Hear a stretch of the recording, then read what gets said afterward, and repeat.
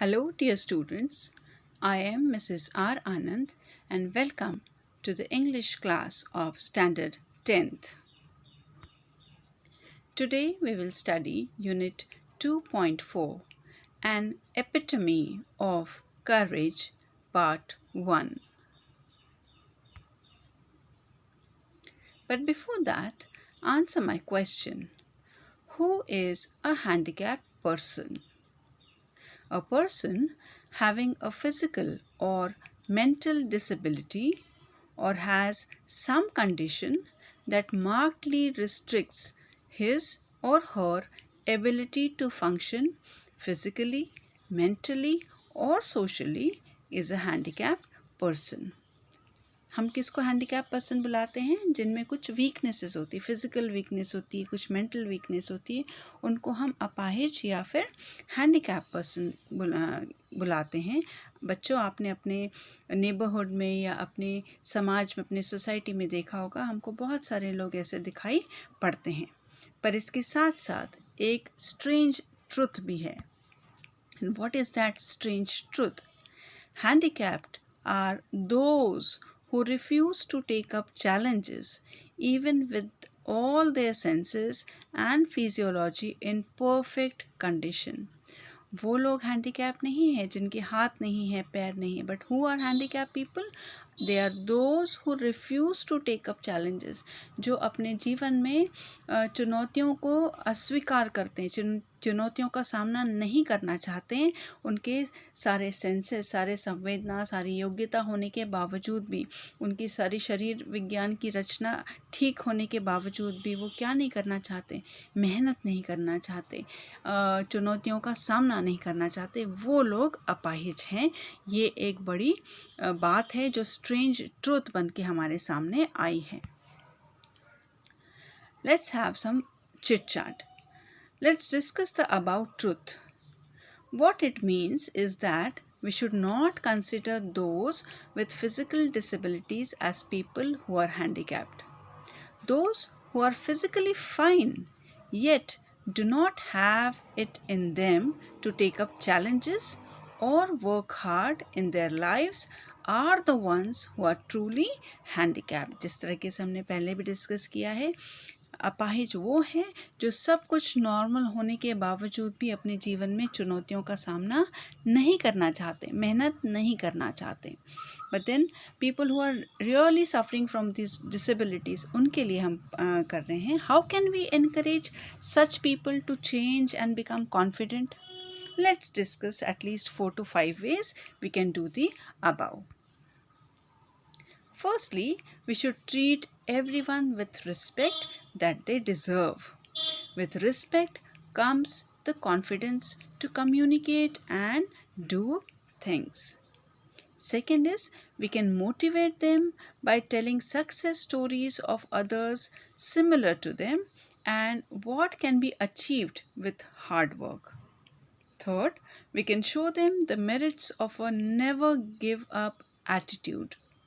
And fourth, show them how others less fortunate than them have gone ahead because of their positive attitude and ability to take risks. Now, there are pleasant and polite ways to referring to people with physical and mental disabilities. Blind means अंधे लोगों को अंधा नहीं बोला जाता. Now they are called as visually challenged. This is a pleasant and polite way of saying.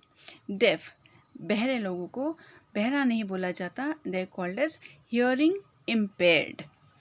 Dumb, those who are unable to speak, they are called as speech impaired people. Mad, people are called as mentally challenged. And lame, जिनको पैरों में कुछ तकलीफ है, जो लंगड़े हैं, उनको बोला जाता है physically disabled. Now let's get started with the lesson. We often tend to hide behind our weaknesses, disabilities, handicaps, or mourn over them our whole life through. Dr. Stephen Hawking one of the greatest scientists of this century, did not do so. Despite of suffering from a very rare and dreaded disease, Dr. Hawking continued his research undauntedly. His exemplary courage should inspire to do our best even under trying circumstances. हम हमेशा क्या करने की कोशिश करते हैं? We hide behind our weaknesses. हम अपनी कमियों के पीछे छुपते हैं, हमारी डिसेबिलिटी के पीछे छुपते हैं. हमारे पास ये नहीं था इसलिए हम ये नहीं कर पाए, हमारे पास वो नहीं था इसलिए हम आगे नहीं बढ़ पाए, एंड वी मोन ओवर इट. हम अपनी पूरी लाइफ उसका शोक मनाते हैं. पर हमारे पास now we have an example of doctor Stephen Hawkins. He is one of the greatest scientist. और ग्रेटेस्ट साइंटिस्ट कब के हैं? Of the whole century. हमारे पूरे century means a period of 100 years. शताब्दी के पूरे शताब्दी में हमने ऐसा साइंटिस्ट नहीं देखा जो हमारे लिए एक बड़ा ही एग्जाम्पल बन के सामने आए हैं. In spite of suffering from a very rare and dreaded disease. उनको कौन सी एक बीमारी थी? ऐसी बीमारी थी जो बहुत ही दुर्लभ और बहुत ही भयंकर, मीन्स जो बहुत खूंखार वाली या फिर बहुत दुर्लभ वाली बीमारी थी, जिससे कि कोई ठीक नहीं हो पाया है. ऐसी बीमारी होने के बावजूद भी ही कंटिन्यूड हिज रिसर्च. उन्होंने अपना शोध कार्य कंटिन्यू रखा. कैसे? अनडॉन्टेड. अनडॉन्टेड मीन्स निडर होकर. his exemplary courage. What is exemplary? Exemplary means अनुकरणीय या उदाहरणात्मक. ऐसा करेज, ऐसा साहस हमें क्या करना चाहिए? हमें इंस्पायर करना चाहिए, हमें उभारना चाहिए कि हम अपना क्या करें? अपना बेस्ट करें. कैसे सिचुएशन में, कैसे सर्कमस्टांसेस, कैसी परिस्थिति में, डिफ़िकल्ट से difficult, trying situations, trying circumstances में भी हम अपना क्या दें? हम अपना बेस्ट दें.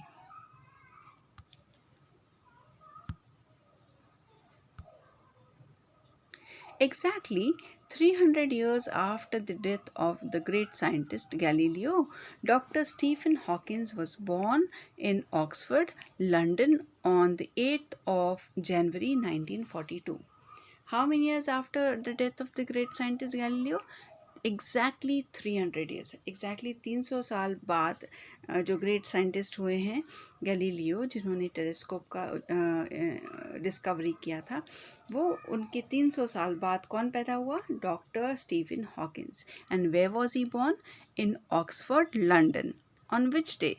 On the 8th of January 1942. Little did his parents know that one day their little boy would be hailed as one of the greatest scientists of the century. Neither could anybody imagine that his mind would soar up into space like light.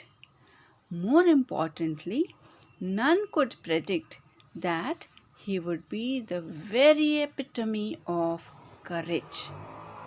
Little did his parents know. उनके माता पिता ने कभी ये सोचा भी नहीं होगा कि उनका छोटा सा बच्चा, छोटा सा लड़का, वो क्या होगा?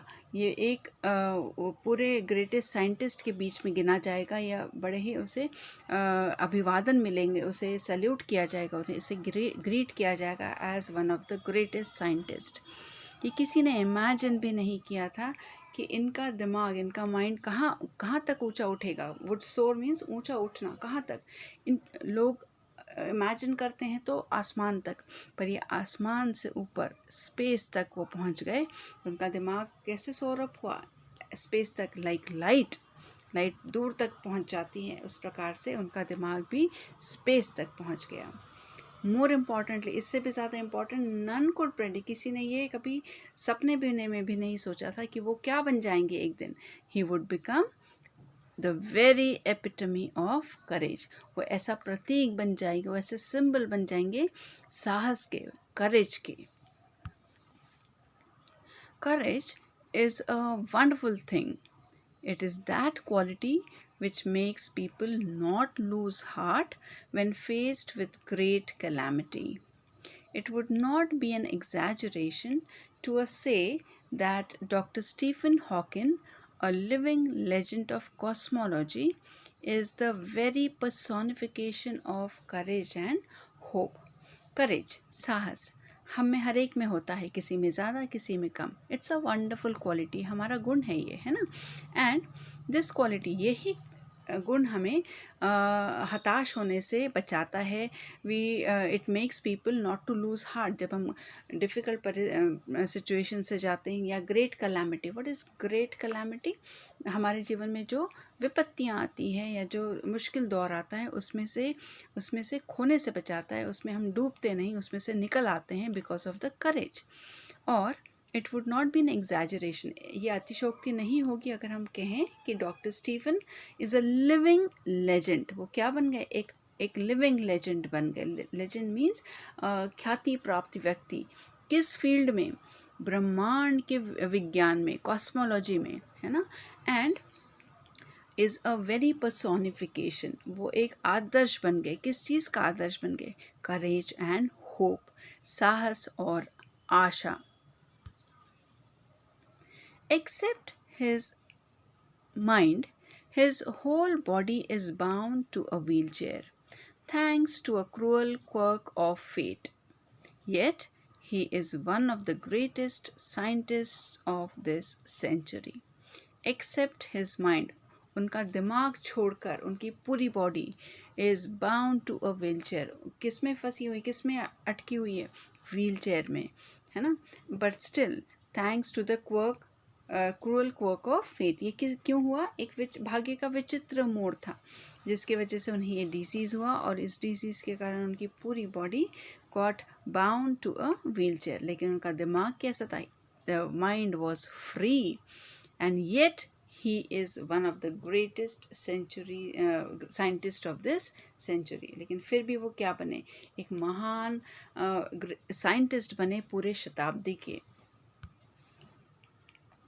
An average child, Stephen grew up to be a normal teenager, full of mischief and lots of love for music and mathematics.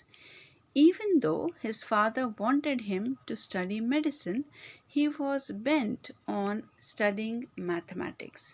He was an average child. वो बहुत अलग बच्चे नहीं थे, वो हर एक एवरेज चाइल्ड थे. And he grew up to be a normal teenager. एक नॉर्मल टीनेजर की तरह वो बढ़ रहे थे. कैसे होता है normal teenager? Full of mischief, मस्ती से भरा हुआ, पूरे समय शैतानियाँ करते हुए. And he had lots of love for music and mathematics. किस चीज़ में उनकी रुचि थी? म्यूज़िक, संगीत और मैथमेटिक्स, गणित में. Even though his father wanted, what was his father's desire? क्या चाहते थे उनके फादर? वो चाहते थे कि वो मेडिसिन पढ़े. But then he was bent on studying mathematics. Where was he interested? His interest was in studying mathematics. The University of Oxford at that time did not have a course in mathematics, so he opted to study physics instead. The University of Oxford, a very well-known university in the world, but in those days, at that time, did not have a course in mathematics. उनके पास mathematics का course नहीं था. And इसीलिए doctor Stephen Hawkins को क्या लेना पड़ा? कौन सा सब्जेक्ट? फिजिक्स पढ़ना पड़ा instead of mathematics. At the age of 17, Stephen started noticing that he was becoming increasingly clumsy and even fell down a couple of times for no reason. This perplexed him, and he went to see his family doctor, who diagnosed him as suffering from an extremely rare disease, ALS or LOU, Gehrig's disease, that affects the nervous system and eventually weakens all the muscles of the body.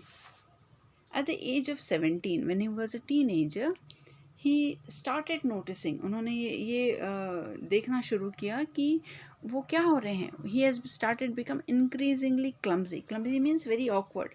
उन्हें भी नहीं पता चलता था क्या हो रहा है उनके साथ में. Very awkward, right? And he even fell down couple of times. वो चलते चलते अचानक से बहुत बार क्या हुआ? गिर पड़े.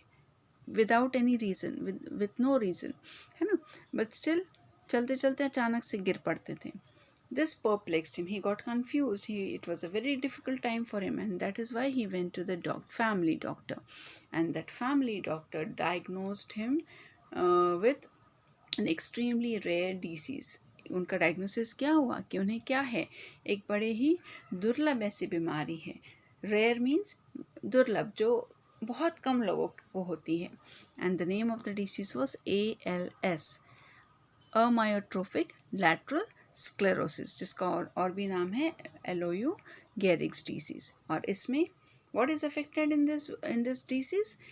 Nervous system. हमारा नर्वस सिस्टम जो हमारे ब्रेन से रिलेटेड है वो अफेक्ट होता है, और वो धीरे धीरे हमारे बॉडी के मसल्स को भी वीक करता जाता है. Stephen says that even as a child, his muscle coordination was nothing to write about home. He recollects that his handwriting would send his teacher into a fit of frenzy. Nor was he inclined towards sports. Nevertheless, this disease came as a bolt from the blue. Stephen बताते हैं जब वो छोटे थे, as a child, बहुत छोटे थे, उस समय भी उनकी muscle coordination was not proper. Muscle coordination means आपके आँखों का और हाथों का कोऑर्डिनेशन. हमारे ब्रेन ने अगर सिग्नल भेजा है कि हमारे हाथों को लिखना है और आँख वहाँ पर फोकस हो रही है, तो ये कोऑर्डिनेशन बराबर से होना चाहिए. Then only you will be able to do the task. If somebody is throwing a ball at you, you should be able to catch it. उसके लिए हमारा माइंड, हमारी आँख और हमारे हाथों का coordination, this is called as muscle coordination, should be proper. But ये चाइल्डहुड से ही उनका प्रॉपर नहीं था. एंड उनकी हैंड राइटिंग कैसी थी? जब when he used to write, his handwriting would send his teacher into a fit of frenzy. वो देखकर इतनी गुस्सा हो जाती थी, गुस्से से भर जाती थी उनकी टीचर उनकी हैंड राइटिंग देखकर. But he did not do it deliberately. वो जानबूझकर डर्टी हैंड राइटिंग नहीं लिखते थे. There was no muscle coordination और lack of muscle coordination. Nor was he incline towards sports. उनका स्पोर्ट्स में भी कोई इंटरेस्ट नहीं था. एंड नेवरदलेस दिस डिसीज, लेकिन जब ये डिसीज की खबर सामने आई, it came as a bolt from the blue. What is bolt from the blue? A sudden unexpected shock और surprise. So children, here we come to an end of part 1 of an epitome of courage, एक प्रतीक साहस का.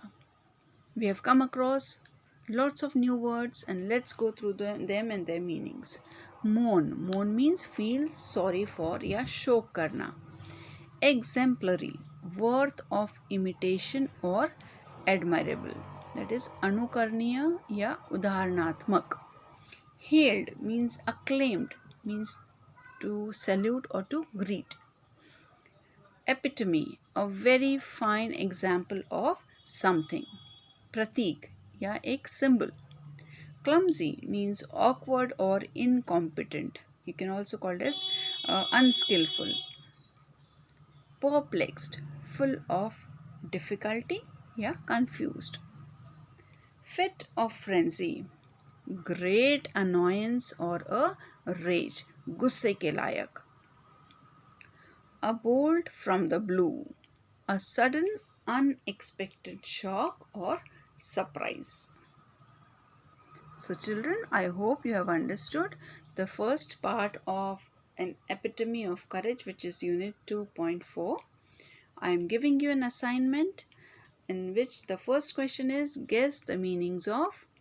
First is disability, undaunted, courage, predict, and nervous system. Question number 2 is answer the following questions, in which the first question is what did Stephen Hawking's parents fail to know about him? Second, what is courage? Third, where was Stephen Hawking sent for studying mathematics?